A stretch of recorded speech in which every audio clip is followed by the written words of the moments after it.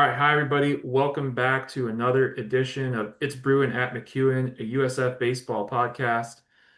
I'm here today with two of my co-hosts, John Kaplan and Adam Cartwright. It's both their first shows of the season. How are you guys doing?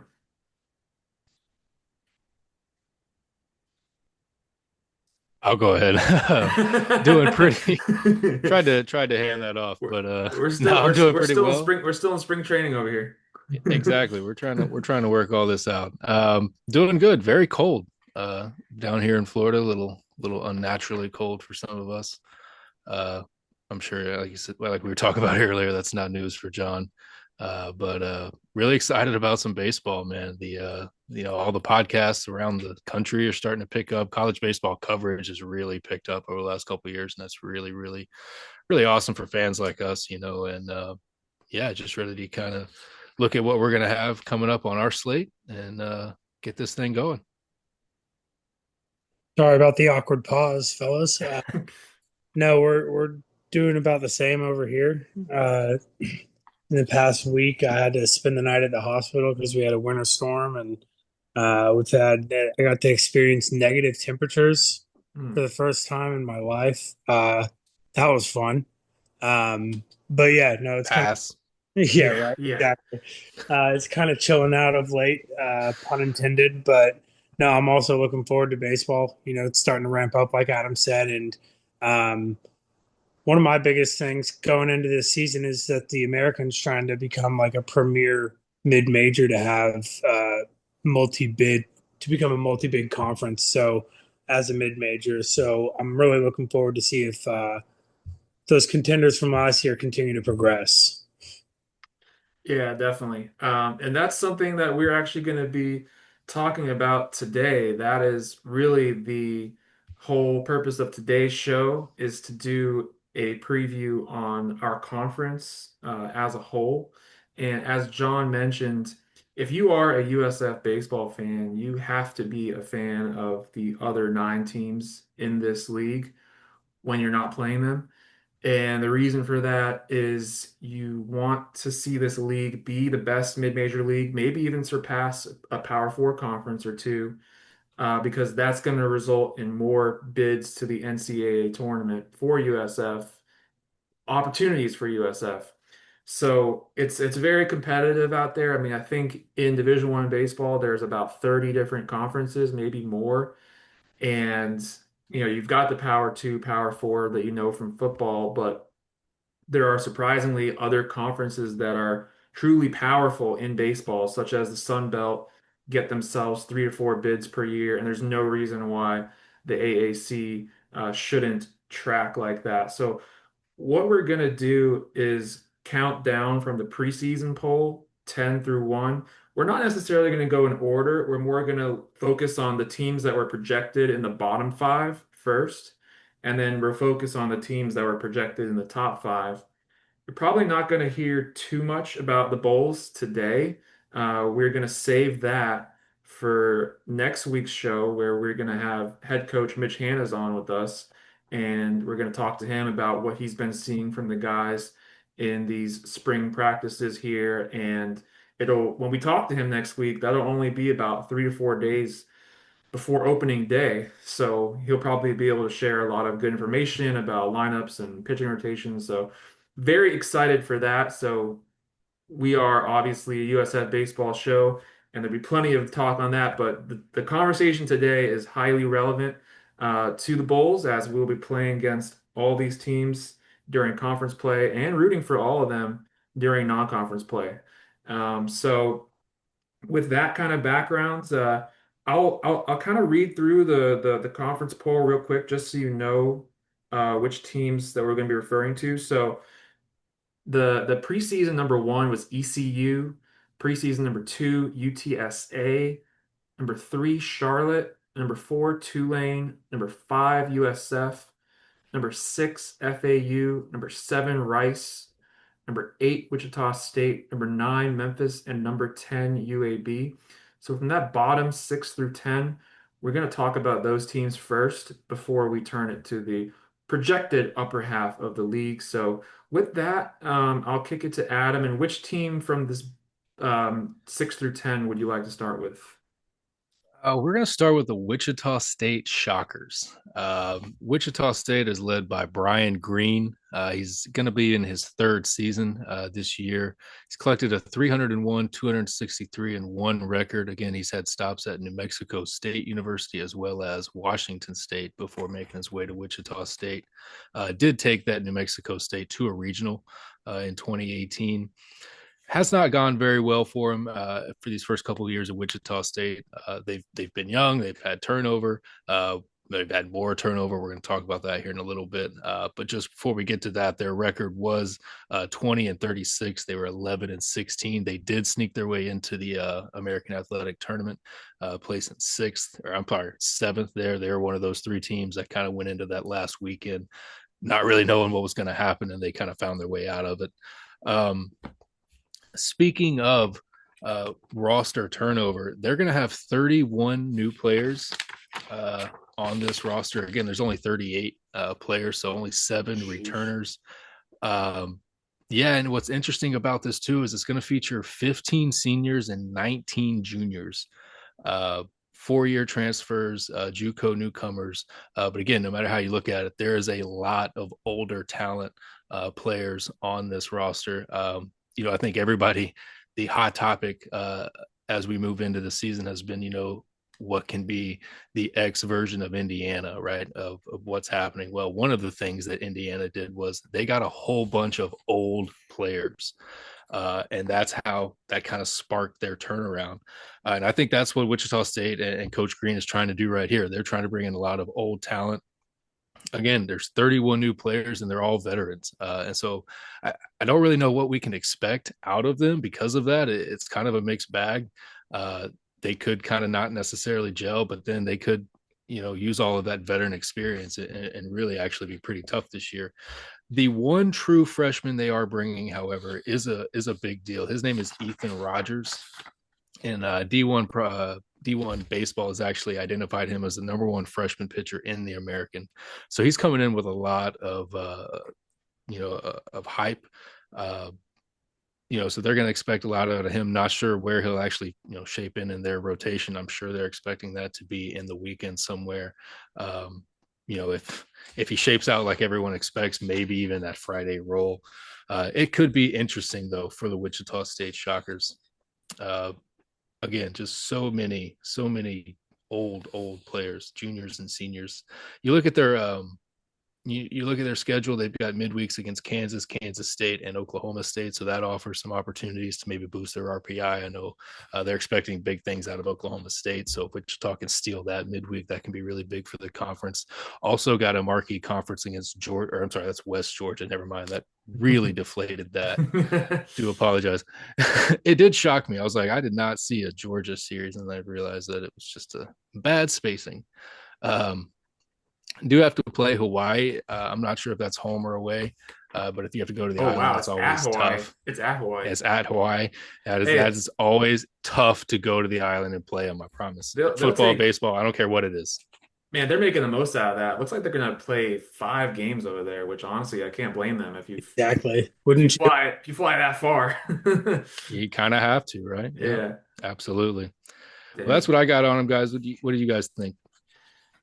Yeah, I mean, Wichita State is like it's they're a really good example of what I've been saying about AAC baseball, where it's like you have a historical program that's done a lot of great things, but they're not necessarily that relevant recently. Like Wichita State has been to Omaha. They may have even won a national championship in baseball. I think they did. Um, but like it's a very accomplished program. Their stadium's cool. I think like a couple of years ago we talked to some of the players that went there and they thought it was a pretty cool experience to play there. Their facilities are so dope. Yeah, it's cool.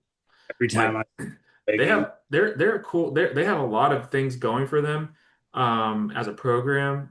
But it's just a matter of will they get back to their winning ways? This coach in his first 2 years hasn't quite brought it to that level yet, but to be determined.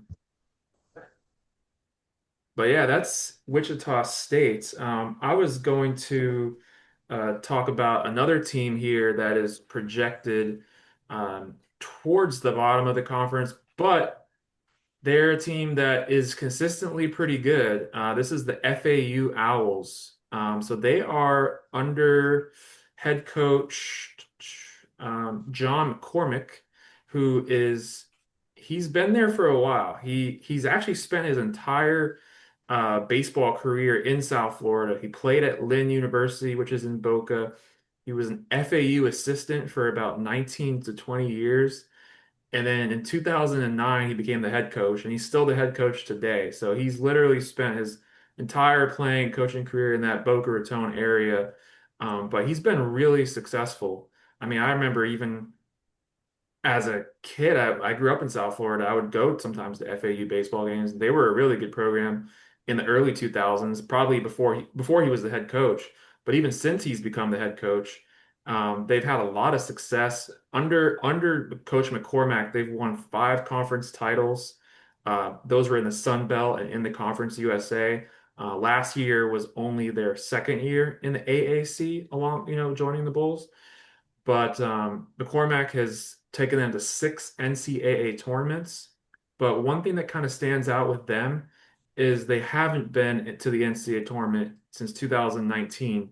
And that is really something that kind of aligns with what we've been seeing with the AAC, where you have these teams that are solid, but they're not necessarily good enough to get those NCAA bids.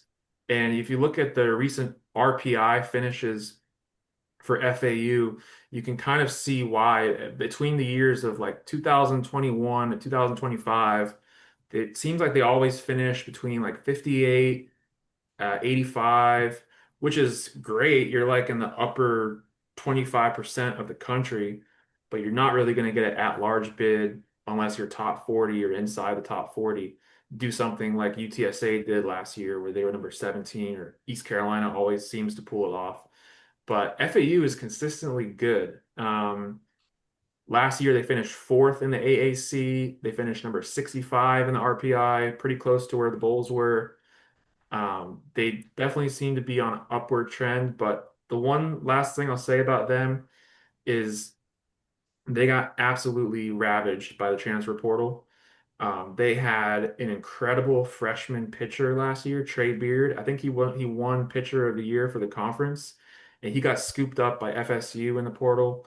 And then you had a guy that was batting like 450 all season before he got hurt. That's Jake Dewar. And Jake Dewar transferred to Texas A&M. And then they had their best relief pitcher transferred to Texas A&M also. So I mean, they had some absolute studs last season, but they do return some studs actually. They are um, they're bringing back Brando LaRue, who's a preseason All AAC, and Marshall Lipsy, who's also a preseason All AAC. So they have some pretty good talent uh, still residing there, but it's to be seen if they will actually, level up the way they've been trying to make their first tournament since 2019.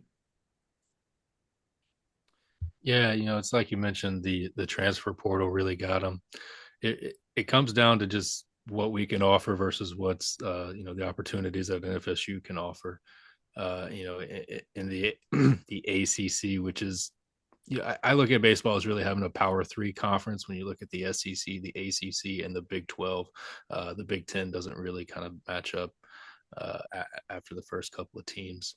But the ACC is a really, really big time conference for big time college baseball, and they can offer that experience as long as probably some more financial benefits across the board. And when you're a G5 team, sometimes you just got to make some decisions that just doesn't work out for you. Yeah. Yeah, I think for FAU, it's really they want to break through and get back to the NCAA tournament. I mean, that coach clearly knows how to do it. He's done it 6 times, but the NIL transfer portal era is definitely bringing about new challenges. So if they can make it back, that would be good to see for the conference for that program. Um, but it's always a good matchup when the Bulls pair up with FAU. But I'll kick it to John to talk about the team he's covering here in the bottom five. Yeah, so this team does not share that quality of being like a very notable baseball school in the American, unfortunately. Prominent school in UAB, but they don't quite have the baseball history of the Rice or Wichita State of the American. But no, they're gonna be kind of a wait and see team for me. Last year, they had a few capable arms in their rotation. They ran into some trouble when we got them deep in the bullpen, if I can remember correctly. They had a lefty that shut us down pretty good. That left the rotation. Their top two starting pitchers are gone. They do have an incoming class or an incoming transfer class that it does consist of it looks like two power four conference players that are going to be replenishing that weekend rotation because it's going to need a lot of help. That's redshirt junior Bradley Lofton and redshirt sophomore Hunter Hyatt. Last year, if y'all remember, they when we ran into trouble against them, they nickel and dimed us. They didn't hit the long ball.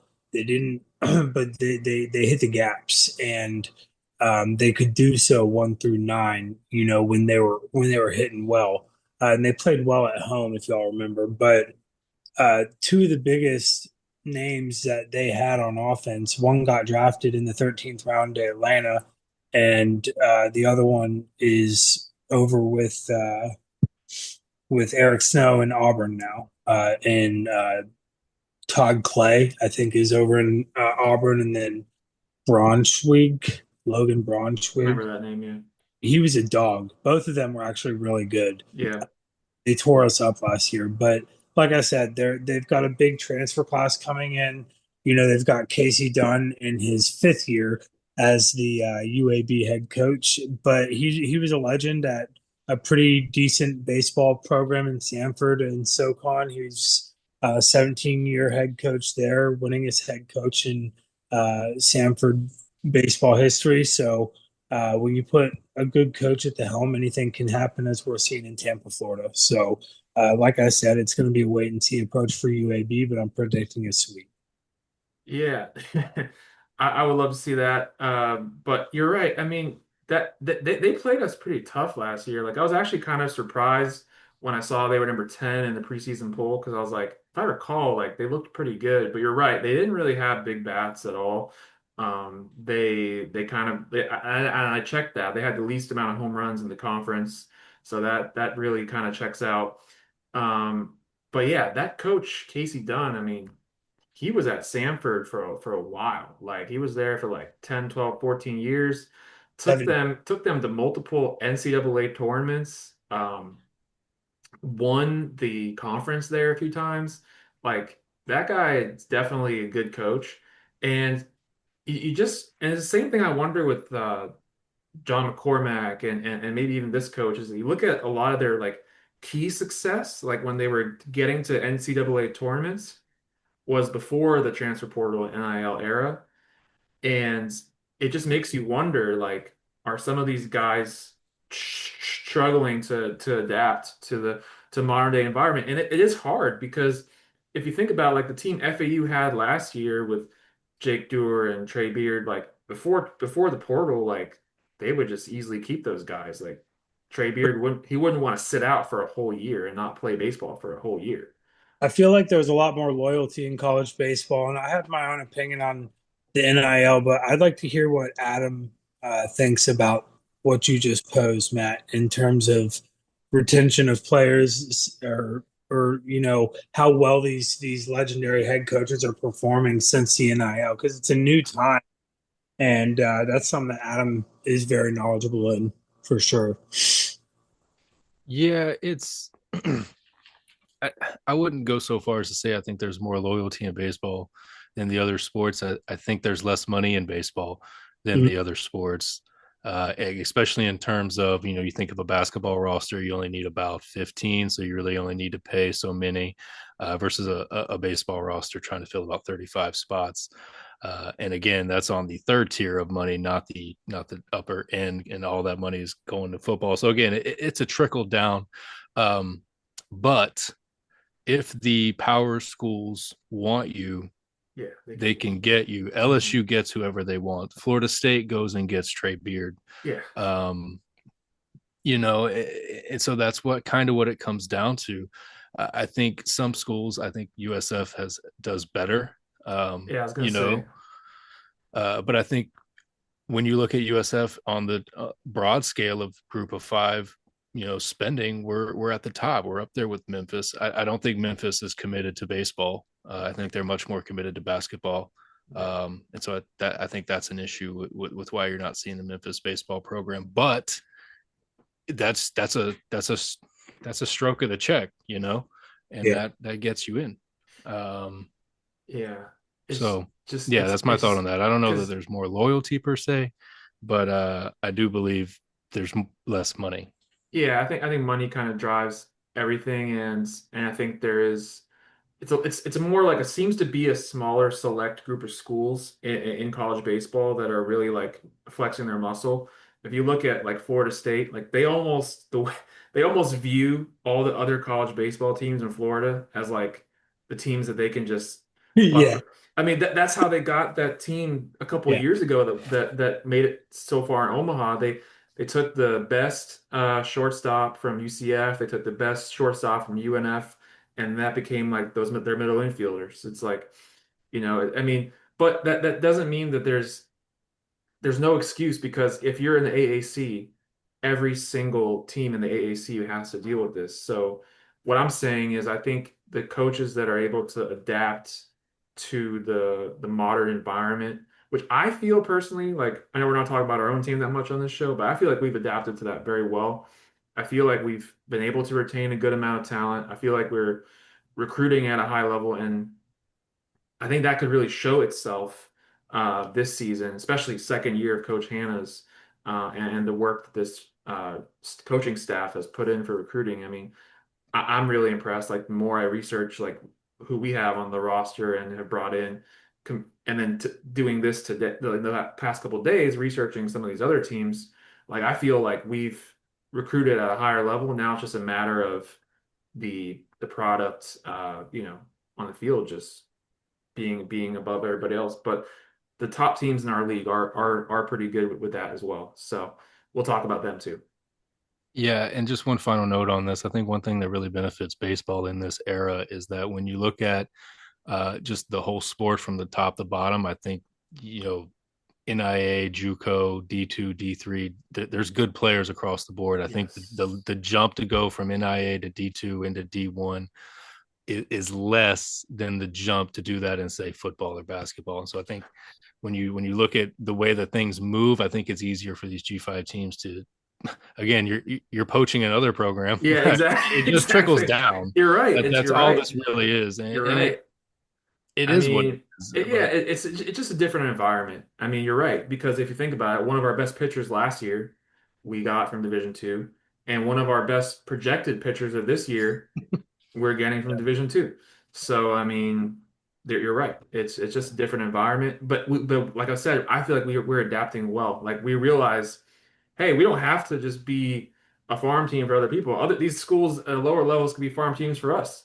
mhm. So it's just, I'm really happy to see that our coaching staff is like doing well with the current environment. But um, Matt, what is the team here in the bottom five that you were going to cover? Yeah, so I took a deep dive into Memphis, and a couple of things that really stood out to me were their overall focus on graduate students and upperclassmen on their roster, as well as overall roster retention. I know it's a topic you guys just covered, but Memphis, even though they weren't very successful last year, they were able to keep 18 players from their 2025 squad. So there's definitely some good continuity, and I think that's important, especially considering it's Coach Reiser's third season. And third seasons for coaches are extremely important, and it seems like his roster is really stable in terms of the overall retention and also having those upperclassmen. In particular, they have some really standout players, Shane Cox as well as Braden Sanders, who's a pitcher. Shane Cox, he's an infielder, and he and both Braden Sanders were named to the American preseason all conference team. So Shane Cox had a really strong year last year as an infielder. He batted 286 with 31 RBIs and 8 stolen bases. And Braden Sanders led the AAC with 9 overall saves in 2024. So, he's going to be a graduate student. Shane Cox is a graduate student. They also have some veteran infield stability with Javon Hernandez and also Freddie Rodriguez, who is an infield senior. So across the whole entire roster, they got guys with a lot of really strong experience. And I think the overall continuity of, Coach Reiser and being able to keep these players is going to really see them take that step up, even though they were only picked ninth in the overall conference. Yeah. One thing I'll add, Matt, is as you were kind of talking about the coach and some of the players, I was just looking at last season and where the team as a whole finished in batting and in pitching, and they actually finished fourth place in the conference in ERA. So their pitching was actually pretty decent. Their issue was actually their hitting. They finished with a 244 team batting average, which was last in the conference. But it sounds like you said they are bringing back an all conference second baseman, and perhaps they bring in some more talent offensively to kind of match the fact that they have a pretty solid pitching staff. That could help them out. But yeah, that guy also is a good coach with a good track record. He came over from Southeastern Louisiana, where he took that program to four NCAA tournaments over the span of about 10 years. So I mean, he's a good coach too. I mean, you have a lot of good coaches in this league. But yeah. Yeah, and to add on to that, not only are they relying on, senior guys and veterans, they also did pretty good with high school recruiting. They got Gabe Boyd, who's a shortstop. He was ranked 213th nationally. They also have a guy with a lot of upside. His name's Aiden Stett, and he's a 6'3", 203-pound freshman coming in as well. And additionally, they made a really big impact on their coaching staff this offseason. They added a guy named Julius McDougall. And one of the reasons why they brought him in is his expertise with situational hitting and overall defensive positioning and overall and now analytics side of things as well. So he also has some head coaching experience, which I think is really going to help Matt Reiser's staff, continue their progress. Nice. Yeah, I mean, one name too. I don't know if you guys mentioned Seth Garner for Memphis. He's a senior right-handed pitcher. I remember talking about him coming in as a freshman. He was a former Mr. Tennessee baseball. He hasn't panned out quite like they thought that he would, but he has made 20 plus starts. He's also made 10 plus appearances out of the bullpen. So he's got experiences up and down that staff. He's also a senior. You talk about the veteran leadership. I think that's something that could really help them. And they're going to be looking for him to really take a step forward. And if he does, and we might be saying this a lot, but Memphis could be a team that can be really good. Yeah, and just to add on to that as well, he was he's the returning innings leader too for Memphis. So that's a big part of their overall pitching staff. That, like you said, Mark, they finished fourth last year in conference. So definitely, if they see progress in terms of their development, there's a good chance that they'll finish well above ninth when it's all said and done. And another guy I wanted to bring up as well is a guy, James Smith the fourth. He's also a right-handed pitcher. He actually got selected in the 2025 MLB draft, but he decided to return to school. So that's another, big retention for Coach Reiser. Wow, I didn't know he came back, actually. That's interesting. He was the guy that we actually saw when the Bulls were playing them. He was playing center field and he was chasing down a ball and he had a season-ending injury on that play. He is actually a very interesting two-way prospect. He's a right-handed pitcher and an outfielder. He's 6'6", 190 pounds. Um, but yeah, he got drafted, like you said, in the 14th round by the Mets, but he decided to come back to school, which, man, that's interesting because he uh, he knows that if he would have not got hurt and had a fully healthy season, he probably could have been like a top 5 round pick. He has that much talent. So honestly, I'm just excited to see him play in the AAC because I mean he's a huge talent. And I'm glad that he's going to be healthy, returning from that bad injury that actually he got against USF. So wow, I did not know he's back. So that's interesting. But I think that's it on Memphis. I think we have one more team here in the bottom five, and that would be Rice. Yep. Adam, do you have anything to share on them?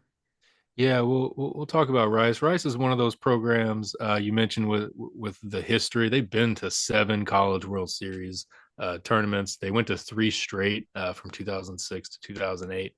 They were the champions in 2003. So they've got that type of history, that prestige, and their coach has a little bit of that himself. It's David Pierce. He's got a career record of 507 and 293.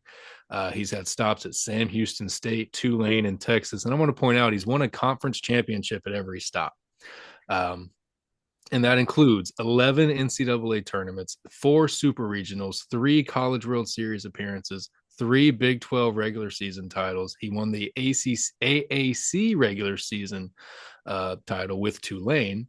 It was one of their first seasons in before he made the jump to Texas. Got 3 Southland regular season champions. He was Baseball America Coach of the Year, 2-time Big 12 Coach of the Year, 2-time Southland Coach of the Year, 2-time ABCA Regional Coach of the Year. He Yeah. took this program over mid-season last season. Yep. um, Never and seen that yeah, before. Never seen that no, before. and it really was. It was a bit Yeah, unprecedented it was. in itself. But when you read that resume, you understand why Rice makes a move like that, right? They don't wait to the end of the year. He's available. They went and they got him. Again, they started poorly last season, 4-18, before they made the move to go to David Pierce, where they made a lot of strides moving forward. Unfortunately, they do lose Blaine Brown, who was our leading hitter from last season. He's moved on to Tennessee, as well as Davion Hickson, who was in the transfer portal, ended up getting drafted. He's with the Los Angeles Dodgers right now. However, they do return Landon West and Hiram Bokina Jr., who stats might not jump out at you, but USF fans need to remember because he had some really good games against the Bulls. A scrappy little infielder. Yep. But much like Wichita State, they have got a roster kind of overhaul. He went right in. You would expect that. Makes sense. Yeah. He inherited a roster, so he Makes went total in sense. and he went and brought in again 22 new names. So even at that, it's not as much as Wichita State's, but there is a healthy mixture in this. I don't think it's as much as the supercharge that I think Wichita State is trying to do. I think what Coach Pierce is trying to do here is really build a culture and a program back at Rice, which is a place that he was an assistant before. I didn't read off his assistants, but I think he was a part of the national championship staff for Rice. Don't quote me. But anyways, when I talk about this healthy mix, you've got Power 4 programs represented with Texas Tech, Mississippi State, Duke, TCU, as well as junior colleges, Weatherford colleges, and then there's a healthy mix of high school kids. And I really want to start with the high school kids because it's really impressive what he was able to do with his freshman class. There's 2 kids coming in that are above 90. So you've got Ethan Rivers, who was throwing a fastball up to 93, and Parker Mitzel, who's reaching up to 95. So these are 2 freshman kids that are coming in with elite fastball talent.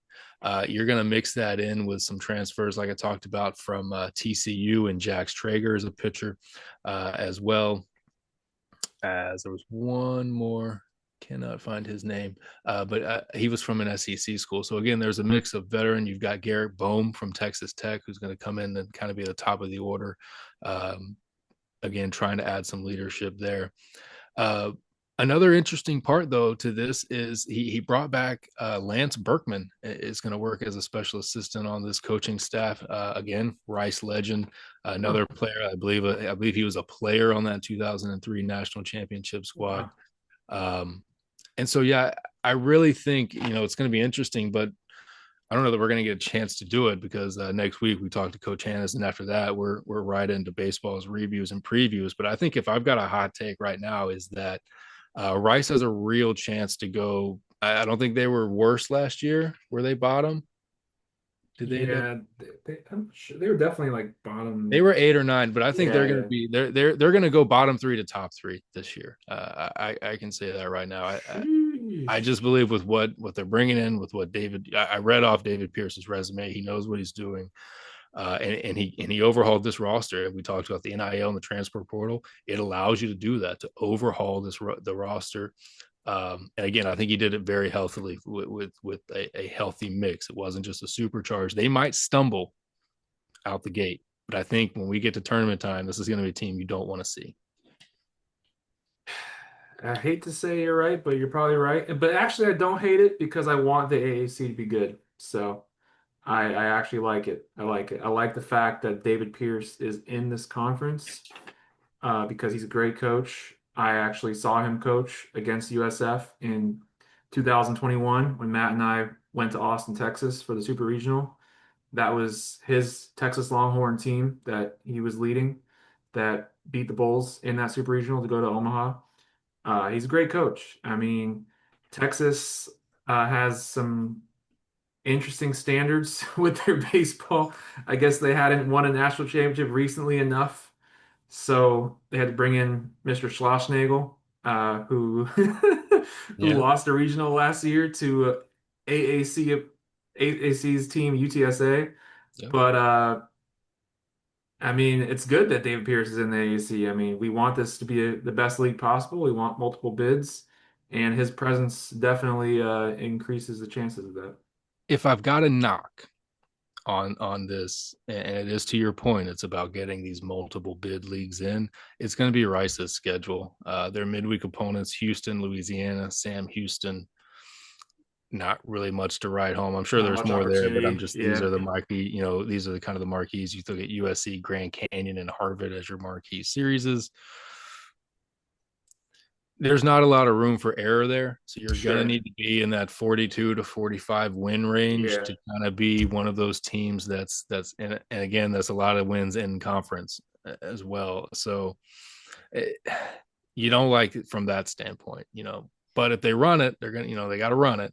Um, but yeah, I just wish we had at least another a marquee series or a couple good midweeks in there. fair, fair. All right. Well, that is rounds out our preseason coaches poll bottom five teams. We have four more teams to discuss here for a little bit.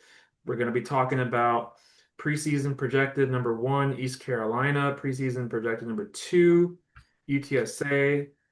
Number three was Charlotte, and I think Tulane was number four. So I'll pick the next one here. I'll I'll talk a little bit about UTSA since we just kind of mentioned them a little bit, and then the fact that they won the Austin Regional last year to make it to a super regional for the first time in school history, in which I believe they lost that super regional to UCLA out there in Los Angeles. But they had a great season, and man, they were just a really interesting team to see. I think they came to the Tampa last year, and we got to see them in person for a couple of games, and they were just impressive, man. Like they really just hit the crap out of the ball. That lineup last year was just insane. And as I was doing my research on them, I was actually surprised at how many of the players from last year's team are actually coming back. It's actually very impressive. Um, yes, they lost their stud Mason Lytle to the draft. Obviously, we all knew he was going to get drafted, but a lot of they didn't really lose any like key producers in the transfer portal, which is really remarkable because I'm not really knowing UTSA to like have some gigantic NIL budget. They just did a really good job with retention of their stars. So they are bringing back a good amount of players from last year's team. Their head coach is Pat Hallmark, who's in his seventh year there. Last year was his first year of I think taking them to a regional and even winning it too. But he has a really good track record. His career as a head coach is 614 winning percentage. He also coached at Incarnate Word, which is another school over there in Texas.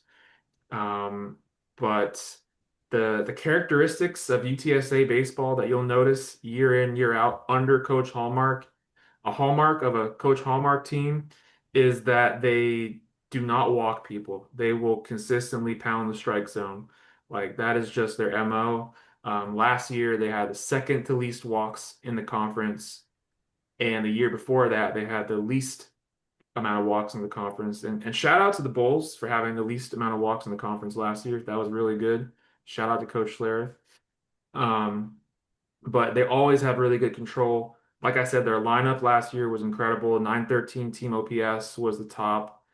But yeah, I mean they have a good core of returning players, and I wouldn't expect anything less for them than to be competing to win the conference again. I mean, it's pretty straightforward with them. Yeah, I'm really interested to see what happens with Robert Orlowski. I think he was their kind of their super reliever last year. He Hmm. would come in for multiple appearances, multiple innings, kind of be a Mr. Everything in the back end of games. Is he going to jump into that weekend rotation? And how does he look in that role? Is he the same guy? Right. Um, or does he fall back in again? I thought He was very effective for them. He's still there. he's still there. I told you, Yeah. bro, they retained all their stars. It's crazy. I really thought he went to an SEC school for some reason. Nope, he's No. back. And I That's actually saw a quote in the fall report from D1 Baseball that he definitely is going to be either the Friday or Saturday starter. Yeah, he's So getting a lot. He was getting a lot of hype. yeah. if I'm not mistaken, we saw him go like multiple inning outings in the tournament. Yes. Yeah, Oh, that's what he does. He just basically like will come in twice per weekend, go 3 to 4 innings each time, yeah. but I don't Yeah, he think they're would going pitch to do that 7 innings anymore. in a weekend. He just didn't know when Yeah. it was going to happen. Yeah. Yeah, he's Which look, if you're a coach and you have that, That's a I mean, yeah, yeah, it's a like weapon, yeah. It's a big it also weapon. means you have a surplus of starters. But Right, right, right. And they actually are bringing back, I think, one of their weekend. That's maybe one part that's a weakness for them is they're bringing back one out of the three weekend starters from last season. So yeah, that one guy is coming back. He'll be in the rotation again. I think it's Connor Miles, and then Orlovsky will slot in, and then they got to figure out that third spot. But they have some all-conference, preseason all-conference outfielder, Drew Detlefson, preseason all-conference catcher, Andrew Stuckey, mhm. among with other good hitters as well. So I don't really expect any drop off from them. I go before I did the research, I thought, oh yeah, they're definitely gonna have drop off because all those studs probably got picked up by Texas A&M or something. Nope, they're still there. Yeah. So good for them. But that is UTSA. John, you want to talk about Charlotte a little I mean, want is a strong word, but yeah, bit? we can transition over to Charlotte. Um, so I feel like I should go ahead and come in with this exclusive news break. I did go ahead and shoot a message to old Woody on Twitter, Oh yeah, I forgot. That's your guy. and I asked him. I said, "So listen, we're doing a preview of the conference teams and what to look out for this season." I said, "Is there a name that people aren't talking about, maybe that you want us that you think we should know this year?" And he responded with, "Nope, nobody good on our team this year." So that's an official report from Perfect. Coach Woody out in Charlotte. No, let me start with Woody. We gave him a lot of flack on social media, and he definitely took note of that. But the way he coaches is like it's completely analytical, and it's brilliant in my opinion. It's frustrating when you're on the other side of it. He's going into his fifth year, I believe. He's had 36 wins in three of his first 4 years. He started out with UNC, which is also where he pitched as a player. You know, when you see him coach, he looks at the field like a chessboard. You know, and while I would say Charlotte's biggest question mark right now, which if you know Woody at all, and if you know Charlotte at all, it's not going to be a question mark come 2 weeks into the season. It's their pitching rotation right now. There's been a lot of turnover. You know, at the top of that list is Gillespie, but you know they've got so many new names that are coming in, and we know nothing about them. But I can almost guarantee you that we'll know plenty about them when we play them at the end of the season. I have zero doubt that they'll be able to pick up right where they left off as one of the conference's top 2 to 3 pitching teams in the conference. And then offensively, dude, they've got they're not going to miss a single thing on offense. They've got Dawson Bryce coming back, who is your preseason AAC Player of the Year. He's their third baseman. He's corn fed, dude. 6'3", 200. He's a junior. He hits for power. He hits for average. Um, Speaking of corn fed, you got Cody Gunderson, who's 6'4", 220, plays opposite of Dawson Bryce over at first base, does a little catching. And then you've also got a name like Spencer Nolan, who plays all over the field, 6'5", 190. He's a senior. So you've got a lot of, kind of like Matt noted with one of his teams, you've got a lot of leadership coming back in offense, in the form of offense, which is going to be big because that's position players too, you know, and they can really make or break your foundation of a team in terms of leadership. We saw a few key names for our Bulls come in and kind of on the run really take that role as a leader, and it really paid dividends for us. But uh, they've got some new names like Cole Strickland. I think he's going to get some first team looks at catcher. He's a transfer from Auburn this year. Um, Another name that caught my eye was Robert Nedry. He is kind of a stud that is transferring over from Santa Fe College, and any people who follow baseball and Florida baseball closely knows that that's a feeder school for UF and a very prominent JUCO or state college for baseball. And also you've got Adrian Jimenez, who had a really good first season with VCU. So they did have some good transfer portal talent come over. And like I said, the new names in their rotation are gonna. I just have zero doubt that they're gonna pan out. I got a fun nugget to add for you. Please. From the D1 baseball AAC preview, which just came out like this afternoon. Yes. Great timing. Thanks a lot, Right? guys. But yeah, everything you're saying is tracking though. You could have written the preview, so good job. But there's one thing that they mentioned here that's pretty interesting. They said like this program has had a lot of success getting transfer portal pitchers and turning them into aces, which is what they did with Gillespie last year, who transferred from University of Georgia. Well, they got a guy named Drew Munn now, who was the Friday night starter for Central Connecticut State last Okay. year, who made a regional. And apparently last year he was good, like a 5 ERA, 80 and two-thirds innings, and his fastball was averaging 89 miles an hour. But apparently, D1 Baseball's Joe Healy went to a fall scrimmage, saw this guy throwing 94 to 96 Yeah. with natural cut, with a hard slider and a good splitter. Joe Healy thinks he has a chance to compete for American Conference Pitcher of the Year honors and vault up draft boards if he can sustain his stuff from the fall. So Woody, Woody.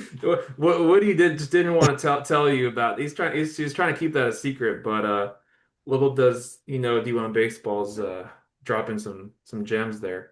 But yeah, that's a little nugget to add to what you were saying. But The minor details. That's Minor more. Okay. detail. That, Yeah. yeah. Mr. Drew Munn. So hopefully we hear that name for the sake of the AAC, but hopefully when we do see that guy, we give him some hell. So I did tell Woody that um, I was going to try to make the Charlotte series because it's probably the closest road game for me. And mhm. it's towards the end of the season, so it's going to carry some weight. So I will open that invitation to any of you sickos Hey, that that's Is me it a out. fun. Friday? Is it a Friday, Saturday, Sunday series? Because Mhm. last year it was a Thursday, Friday, Saturday, and we Oh got yeah. robbed of the Gillespie Braun matchup because Yeah, Yeah, that's right. coaches went off. They went off. That's right. That's right. I can't remember who kept it, but somebody kept their Friday night guy on Friday, and hmm somebody didn't. we kept ours on Friday, Yeah. and Yes, that's right. That's right. I do love the city of Charlotte, so I'll definitely consider going to that. yeah, my buddy just moved out there, so it's an excuse to go see him out there and have a place to stay when we take the sweep in Charlotte. Nice. Bold, bold move, Cotton, but I'm going there. All right, we got two more teams to cover here. I'm gonna let Matt talk about Tulane for a little bit, and then we'll let Adam wrap it up with ECU. But Matt, go ahead. Awesome. Yeah, with Tulane, obviously they have a great coach with Jay Ullman. He's done a really good job in terms of winning conference tournaments and getting to the NCAA tournament. But overall, when you look at this upcoming team, I think a couple of things that really stand out to me is they did lose some really big talent in the draft last year. A name that a lot of people will be familiar with is Michael Lombardi. Thankfully, he is no longer on Tulane. He got drafted in the second round by the Kansas City Royals. And they also lost Taylor Montiel to the Arizona Diamondbacks, as well as Connor Rasmussen. He got drafted in the 15th round, also by the Kansas City Royals. But overall, Tulane did a really good job in terms of adding guys through the transfer portal. They added 23 new players in total. 16 of those came through the portal.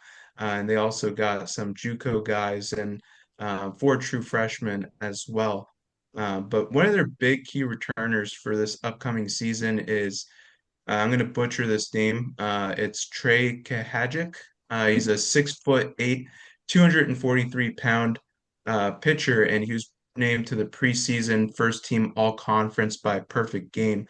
If you want to talk about corn-fed boys, that guy is corn-fed. Maybe they put some HGH in there or something, but that is a big man right there, and he's got some really good experience too. He pitched in 15 games last year with 13 starts. So he's got some really good talent there and most likely will be their Friday night starter. But I wanted to dive into a little bit more of these transfers that they got because they really did a good job in getting some really talented guys. One of them is a right-handed pitcher, Owen Geis. He pitched at Long Beach State last year, and he was a 64 analytics top 15 class. Not exactly sure what that designation is, but definitely, sounds like he has some really good talent. And a couple other names to keep an eye out for is Jude Abadesa. He pitched at UConn last year, and he had a 2.59 ERA in the MLB Draft League. And additionally, they've also gotten some experience through the portal with Jack Frankel. He was a pitcher at Liberty last year, and he went 4-3 with a 3.4 ERA as a freshman. So they've added a lot of really good arms. Even they added a D3 All-American and Sam Larson. So I think that's going to be one of the areas that's really going to carry them in this upcoming season. Yeah, really interested because Tulane found a lot of success with their back end bullpen with Mortiel and Lombardi, who was a two-way player, I believe, right? He played center field and then he pitched. They would bring him in, and then Mortiel would kind of work in off of him. I think they were kind of a left-right combo, and they were incredibly effective. I remember them coming in a couple days in a row in the tournament as Tulane was trying to make that run. that ended up getting stopped short by ECU. But interesting to see how they replaced that combo, because that was a real key part of their success last season. Yeah, and on the offensive side of things, they are returning really talented player, Jason Walks. He led the team with a 335 average, and he earned a unanimous selection to the 2025 All-Freshman team as well. So obviously look for him to make some strides in his sophomore season. But additionally, they also got a couple other guys that were named to preseason second team all conference. And Matthew Haas, he's an infielder slash outfielder, also a graduate student as well. So a guy with some really strong experience there. Yeah, I just want to add one last thing too, because some people might fact check me on Michael Lombardi, because the last time you saw him, he was throwing 7 innings in a start for the tournament. But again, he was a closer, and he shocked the world by coming in. Not necessarily the world wasn't watching, but he shocked everybody that was paying attention when he came in and started. And everybody's like, "Oh, he's just opening," and then he pitched 2 innings, and then he pitched 3 innings, and then he pitched Remember four that? innings, and then it was like, what is he gonna do? And he ends Yeah. up throwing 7, and everyone's like, wow, Tulane's Hmm. got their whole staff right now. And that was a really special player for them. So I just wanted to Yeah, point that he out. was. He was. Before we move on, is this an overreaction, or I'm sitting here listening to the projections of these teams, right? And then you've got like you hear the projections and the newcomers for a team like Tulane who has the pedigree as well and the history and everything as a known baseball program. But then they're also replenishing a roster that was actually really good. They just underperformed last year. And I'm not even going to talk about 6'8". Like, are you kidding? Oh, We I've got one coming too. That's ridiculous, man. That Matt kind of stole my ball thunder. probably weighs like 10 pounds coming in. Like that, I can't even imagine that hitting your bat. But we said we're not going to go there, so we won't go there. But overreaction or not, I think that the American is really poised to take a turn this year as a top three mid-major conference, like consistently all season long. And I don't think there's going to be much fluctuation because I don't see a team like us or Charlotte or really even ECU experiencing that much, Right. you No, know. you're right. That absolutely could happen. You could actually see the AAC take a big step forward as a conference because now that we are kind of relevant again, that helps a ton because Right. and the fact that Charlotte has stabilized because they kind of had a down year the prior Yep. year. Tulane is pretty stable now, and now the ceiling for Rice is way above what it used to be with David Pierce. You've got Um, Adam saying Rice is going to be a top three team. We don't yeah, have I mean, room for that in yeah, yeah. action. I think Like so. that, I Right. do. that's And, blowing my mind a little. I'm going to tell you though what the conference needs. Okay, and mhm, this is an elephant in the room. We're competing against the Sun Belt. The Sun Belt is considered the right. premier Group of Five conference, and the reason being, Coastal Carolina has won a College World Series. They've been Yep. to. Are they Sun Belt? They have won a Yeah, conference with, yeah, yeah. but I don't think they were They are Sun Belt. They are Sun Belt. Yeah. And right. they But took I in don't think another. they were Sun Belt when they won it. But they are No, they now. weren't. They weren't. Yeah, Yeah, yeah, yeah. they are now. So, but they've been there. They've won it. Southern Miss has kind of flirted with the the super regional stuff. We need to get a team through. A team Yeah. needs to break through, and they need to get to Omaha, and that's going to kind of change some of the Yeah, perspective. that would change a lot. Um, I mean, come on, even Murray State was in Omaha last year, and they're from the Missouri Valley Conference, which was like maybe the it, 10th or 12th best mid-major conference. yeah, it's very top heavy. So, yeah, come on. Yeah. I'm telling you But right now that Charlotte, if they don't win the conference, they will auto bid into the tournament. well, Um, the first month of the yeah, season is important. Yeah, yeah, that first month is huge, man. You got to get those non-conference a wins. really strong non-con schedule too. Yeah. So that could go either way for them. Just like ours isn't as strong, like y'all talked about last week. That could break us, or it could really kind of boost us early. It could like I think Adam actually made that point separately in a text, and it's a really good point because it really could shaft us if we don't perform coming out of the gates. Well, that and you need you need teams to perform. You Yeah. like we're going to need Georgia Southern. Yeah. I think there were times Yeah. last year they were flirting being a quad 2 team. They ended up being a quad 3. We need them to Mhm. be a quad 2 team. We Mhm. need those two Big Ten teams we're playing. We need them to be in the top half of the Big Ten, not the Yep. bottom half. Because, like I said, the Big Ten in baseball it isn't the same. It's not in that power kind of No. discussion like it is in football, and so we need them to be in the top half of that, not the bottom half. I wanted to add something in here as well. So when Coastal Carolina ended up winning the whole thing, they Mhm. were part of the Big South Conference, along with teams like High Point, Gardner Webb, USC Upstate, UNC Asheville. So, I Jeez. mean, if you think that, the possibility of them winning it all in the Sun Belt is like crazy, they were part of a conference with those teams. That's insane. A little bit different era, but yes, Yeah. Yeah. that that is Yeah. something that because I remember them pointing that out too when they brought it out about the Sun Belt too or about the Big South too. Like, would that happen again? I was like, well, I don't know if that could happen now because the teams like Coastal Carolina got sucked up by the Sun Belt. There was Right. you even in the lower levels in the group of five, there was this vacuum. You look at the American, we picked up Wichita Rice, we brought in Tulane. You know what I'm saying? There was kind of this vacuum. Um, but I guess kind of getting back to the point, somebody's got to break through. It can happen, but you, until we kind of get that team that can break through and go to Omaha, we're going to be looked at as a one big league that has a chance to be a two big league. Mhm. And if we really do something amazing, we can get that three bid. But Yeah. until we're not going to really get into that. Hey, this is not a two bid league until we get a team, until we prove that we can get a team to Omaha. Right. Mhm. You With know on that note, let's talk about a team that has that needs been that that yeah, that needs to get to Omaha maybe more than elephant in the anybody room. because of how close they've been so many times. Let's talk about East Carolina. Yeah, absolutely. Little bit of a friendly rivalry between USF and ECU, and so I kind of wanted to cover these guys, and also because I think they're getting a lot of preseason hype even on the national level. Starting with the coach Cliff Godwin, 432, 214, and one. He has only been at ECU.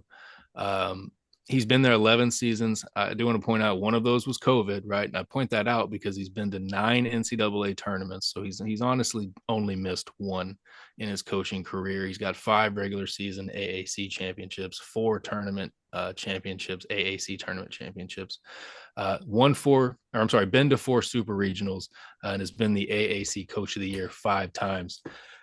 As we pointed out, he knows how to kind of get on the door. He knows how to knock on the door. They've really got to kick it down. Last season was really a down season. They were 35 and 27, ended up 13 and 14, but they really turned it on late. And I think when you hear kind of my analysis for this season, you'll kind of understand why. But a huge postseason. I just want to cap it off by talking about Austin Irby. He had 10 hits in his regional.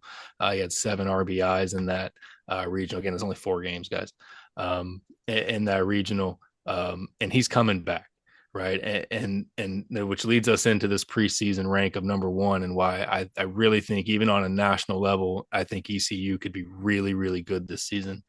They have no key losses that I found.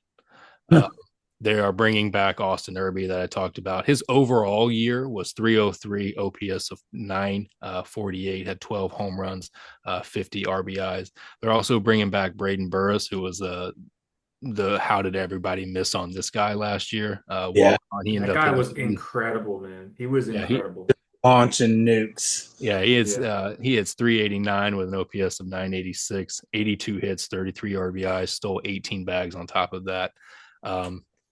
Also going to bring back Braxton Trammell. He hit 345 as a switch hitting freshman before he was injured in April of last year. So again, they didn't really have him for a full season. They're also going to bring back Alex Boucher, who was a power hitting shortstop at Old Dominion. And he was first season at DCU last year. He's going to come back and being part of this lineup. They're going to be stacked. They're stacked in the infield.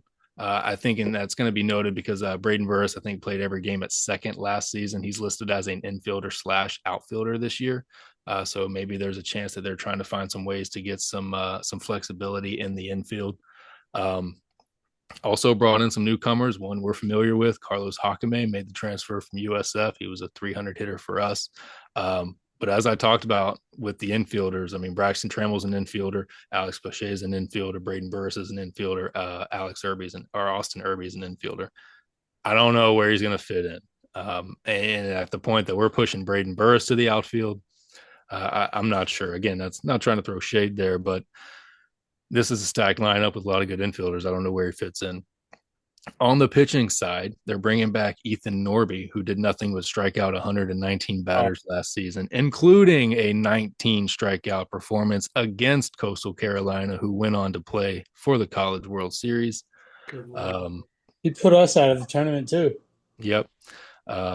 Yeah, just an absolute stud. They're going to bring back. He's getting some national recognition, but they're bringing back guys behind him. Sean Jenkins is slated to be their Saturday guy. He made 12 starts for them, so he's bringing back a lot of experience. They also have, where's this? Colby Wallace is a two-way player. I think he's going to find that he's listed also as an infielder. Not sure what he's going to do infield wise, but they're slated for him to maybe get some appearances. It's really going to come down to that Sunday spot. They've got Colby Wallace that I mentioned is going to compete for. They've got a really good freshman that I couldn't find his name. I found out about him late through a D1. 11.7 podcast. I think I got the name. Grady Lenahan is a D1 baseball's pick for American Freshman of the Year. Okay. True five-tool talent who looks like could step into the everyday center fielder job as spring. He's 5'10", but stands out for his power and speed combo. Look at there. Yeah. Rich get richer on that one. But yeah, in that Sunday rule, they're going to have Colby Wallace, who's going to compete with the corn-fed guy I was going to bring up, Gavin Van Campen, who comes from West Virginia, 6'7", 240. West Virginia tried him as a starter and a reliever, was a bit shaky on the mound, kind of found his way at the bullpen. You kind of see him as a big, lanky, big fastball kind of guy. He's either going to slot in that Sunday spot or they're going to find a really good spot for him on the back end of that rotation, the back end of that bullpen, and he's not going to be fun to face with the game on the line. All that said, I think the roster is very strong. There's not many holes. They're gonna need some guys to really step up if they want to really meet the goals that they're trying to meet. Again, they got different goals, right? Than a lot of teams in our conference. Their goal is to, they expect to make a regional, I think, and that's something that the rest of us we have to earn that right. And I think ECU has earned that right. 11 seasons, 9 tournaments. They expect to make a regional at this point. They expect to win that at this point. They want to be in super regionals and they want to break through and do that. I think they got a roster to do it. I also think they've got a schedule to do it because they're going to get midweeks against Troy, who could be a really good Sun Belt team. We just talked about that.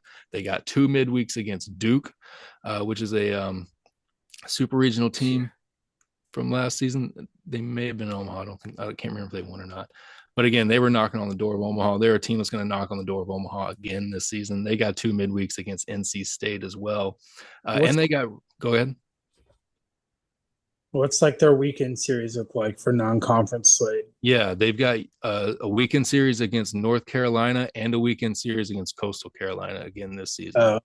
So they're going to have the non-conference schedule if they do well that they could definitely be walking into the American Athletic Conference tournament not having to necessarily worry about winning it and not necessarily needing to be the top team. I think they could maybe slip up a little bit in conference, maybe come in as the 3 seed, and because of what they've done in the non-conference schedule, could still not necessarily be worried about making the tournament. I think for everyone else, we would need to be coming in as maybe the 1 seed to kind of have that comfort. But yeah, another interesting note, Parker Bird returns for ECU. He had the tragic accident where he lost, I believe, his right leg last season, got his first college hit, comes back this season. I'm sure Godwin's going to find ways to get him involved and get him in there. And so that's going to be something that's interesting to see as well. But didn't he get his first hit against us? I don't think I so. don't think it was Was it? against us, no, but we I don't we all think sh we shared it in the group chat though because it was a big Maybe deal. that's what it was because it I Yeah, was a big deal. yeah, highlighted. I remember it happening. I thought it yeah. happened in a non I in a think it was non. non-conference. We sent it to each other. It was pretty sick. Yeah. Really awesome. But look, they're the elephant in the room for everyone. I definitely think they're going to be the big stick that everybody's got to get over. But yeah, just a really really good lineup that's going to have what we know is going to be a good Friday night guy and pretty decent projected guys behind him. Yeah. That feeling that when we were kids, when you're at the top of the hill in a roller coaster, you get that pit in your stomach and it's like awful, but like an anxiety provoking, right? That's the feeling that I got when probably our best research guy says, I couldn't find a single key loss for EC No, when you say that and then you talk about Ethan Norby coming back, I mean they could easily put up 10 plus a game and then on the pitching end, give up less than three like consistently. That's scary. Yeah, yeah, I think something changed. I think when ECU lost, who's that kid that went to Arkansas, the pitcher from last season? Zach Root. Rude. When they lost Zach Root to Arkansas, I think Cliff Godwin, like a light just went on in his head of like, oh, okay, like I gotta like really be in tune with the NIL transfer portal thing because to keep all those players that they did, Yeah. they must have something changed It really makes me because wonder because we questioned Godwin even last season because when they were going rough, he was mhm, making some comments, and you wonder you didn't really know who they were to, and Yeah. I'm thinking they were to mhm, administration. It's like, yeah, look, this is where we are. right, Commit or what? It's going to be right. what it is, and Exactly. I think they committed. They Something didn't lose him. happened. Something Yeah, happened Dude, because some money came in there. I completely forgot about that, Adam. That's such a good Yeah, point. yeah, yeah, yeah. On that note, though, we've covered every team in the AAC, and Bulls fans, you got to stay tuned because next week we've got the man in charge of the program, head coach Mitch Hannes is going to be on the show, and it's going to be a great conversation. So stay tuned for that. Make sure you follow all of our hosts on Twitter, X. I'll put everybody's handle in the show notes. Make sure that you follow the show on Spotify or Apple Podcasts. We'll upload this one to YouTube as well. So like the video, subscribe to the channel. But thank you everybody for listening, and we're just really excited because it is the beginning of what's going to be a good season. absolutely. Yeah. Cool. Hey, Go boys. Bulls. All right, thank you everybody. Go Bulls. The Bulls. Mhm.